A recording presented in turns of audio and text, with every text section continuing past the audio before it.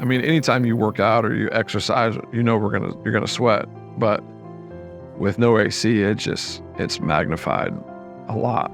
Kids sweat as it is working out, but some of those guys are drenched when they finish PE class, and our class is only 43 minutes long. And our workout only takes about 25 minutes, so you wouldn't think you'd be sweating too much after 25 minutes, but it's pretty bad. 90 degrees is not uncommon in my room. I'll just put it that way. Especially in the afternoon, when the sun actually comes out, it's right above our school and everything. It gets to a different level, and you can feel it. You can definitely feel the cutting through, the humidity of it. You can definitely feel that. So heat is prevalent. It's a lot of changing location. So when I'm up there on the third floor, it's, can we go outside and go in the shade, where it's actually cooler outside in the shade than it is up in my room with all the technology and the smart board and the Wi-Fi and everything that we could use as teaching tools.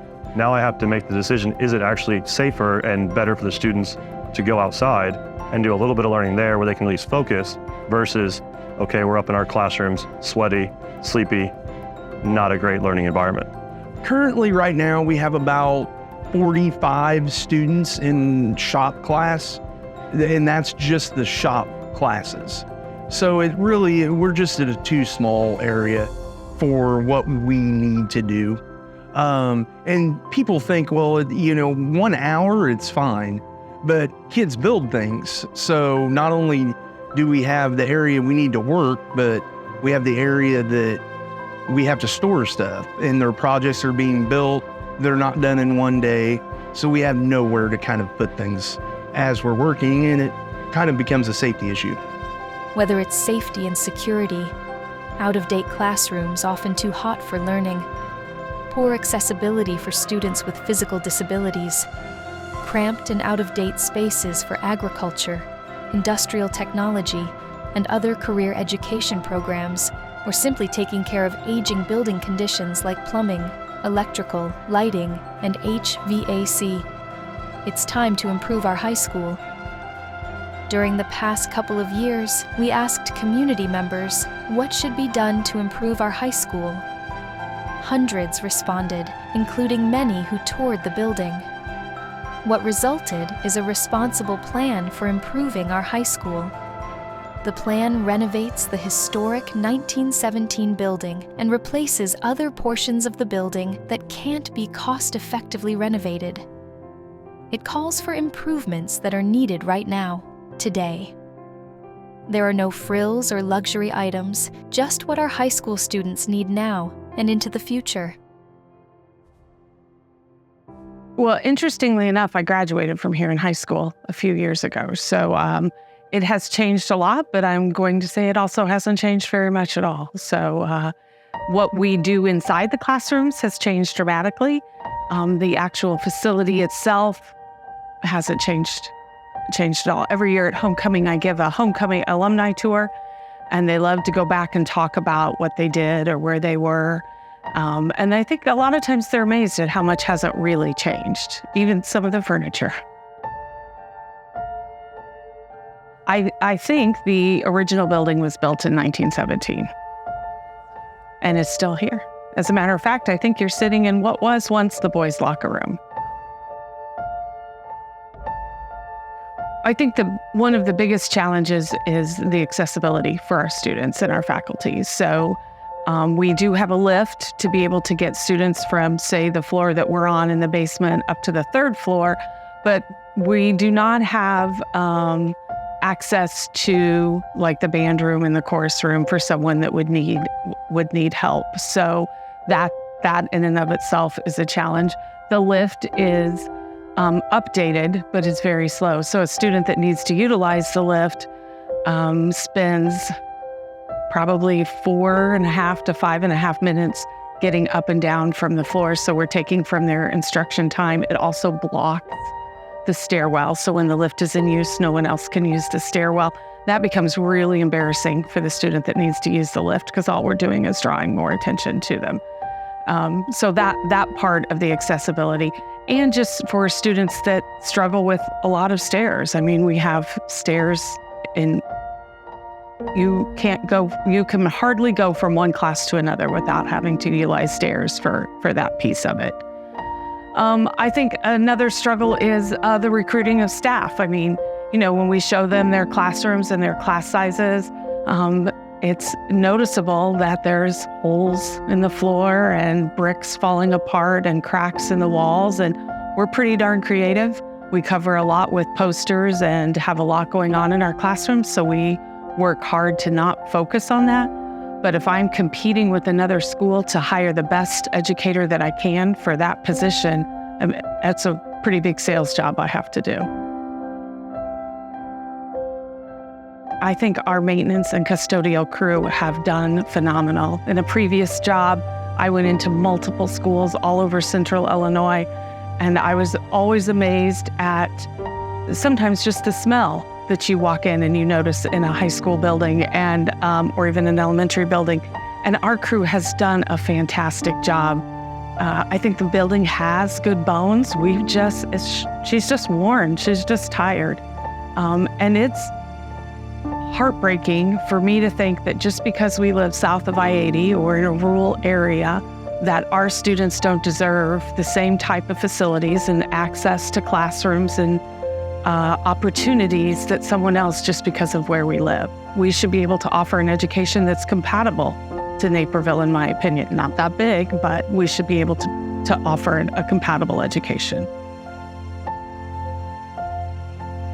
I think it would help us increase the value of education. I think it would motivate students to be here and to continue to show the pride in school.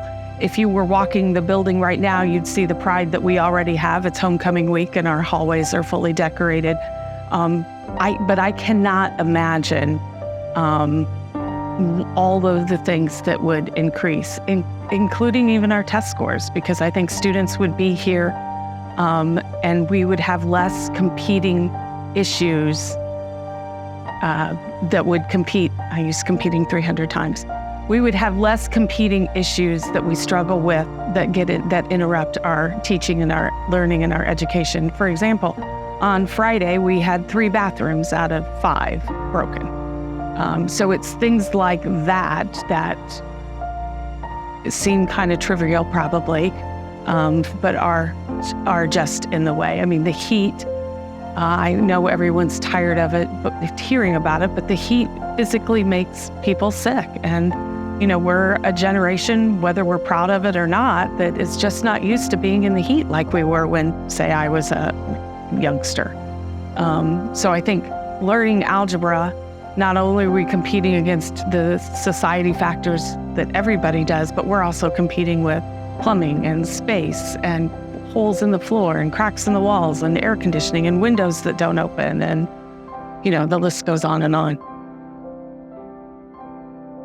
I think we're a pillar of our communities. I think that if people drive by here right now, and just as a general community member, they may not pay much attention, but we really should be a place that people drive by and say, I wonder what's going on in that building. Wow, look at that building. I want my kid to go there. And I want to call and find that out.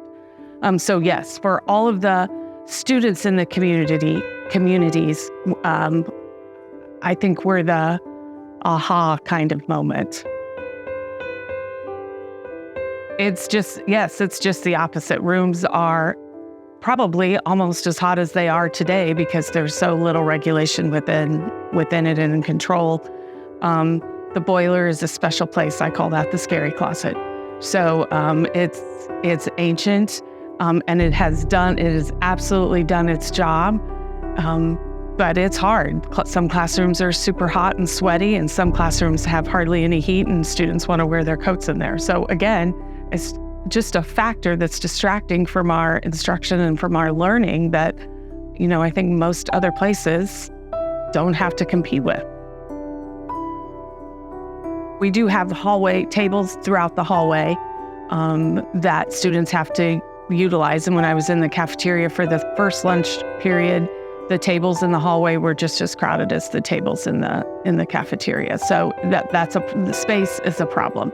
And if you're a student that needs a little quiet or needs a little space, that's hard to find. right now. Not that our students are incredibly well-behaved and quiet. It's just crowded. We have an open campus lunch program where as long as you meet X, Y, and Z requirements, you can leave campus for lunch. I would love to not have to have that opportunity. I think we're safer and we're better if all of our students are here. We just can't house everyone. I would say over probably close to half, if not more, of our students leave for lunch, whether that means they go sit in their car in the parking lot or they actually drive somewhere or they walk to the gas station. I just think we can do better. We work hard to make sure that our students and our faculty and staff are safe. It is a number one priority. The police were here last week to do their annual walkthrough, and it just makes my stomach hurt. I think we probably have close to 20 or 25 easy access points. Last week when they were here, multiple classrooms were above 80, the third floor was above 90, and we still practice what is safest, and that's keeping all of our doors locked and especially not propping exterior doors to let any kind of breeze in, and that just makes it even harder. So between the access points, the doors are dated, it's a problem. It's something we work hard at, and I think unfortunately times have just changed dramatically in this world. Just the communication piece is a struggle for us to make sure that if something does happen, how we're communicating, how teachers can communicate. That's just, unfortunately, in today's education, we are all thinking about it all the time. I have a saying that I say regularly, and that is, all I want for Christmas is a new sound system for the building, so that the all calls that go out, Mr. Wilson, you're needed in the office, something like that every teacher in every classroom, every student can hear it. And I still don't have that for Christmas.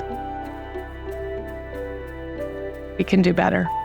Our students deserve better in the future. If we're going to create students for the future, we have to have a building. We can't keep doing things the same. We can't keep doing things the same way and expect different results. It's been many decades since updates were made in our high school. Just like with your house, everyday wear and tear takes its toll. And over the years, there have been many changes in how we educate our kids. So the plan to improve our high school must address the many challenges that exist, and it must be done in a manner that is responsible to everyone who lives in the district, whether they have children or not. Every single resident of our district benefits from good schools, so improving our high school is good for our whole community. Property values, the single most important investment for most of us, will be protected and remain stable. It's well documented that schools are the most important factor impacting property values, and our high school students will be better able to compete in higher education or in the workplace. That's why they go to high school, to help them become successful and productive adults. And it is important to our families that we make these improvements in a cost-effective manner. People work hard for their income, so when they invest in their school district, it's so important that it's a smart investment that will improve the future for our kids and for their community. That's what our November bond referendum is all about. Reinvesting in our high school and reinvesting in our community. That's a choice voters will make on the Arthur CUSD 305 bond referendum on the November 5th ballot. Reinvesting now will improve our high school for today's students and many future generations of students and their families. Please remember to vote on or before November 5th. For more information, visit our website, www.cusd305.org.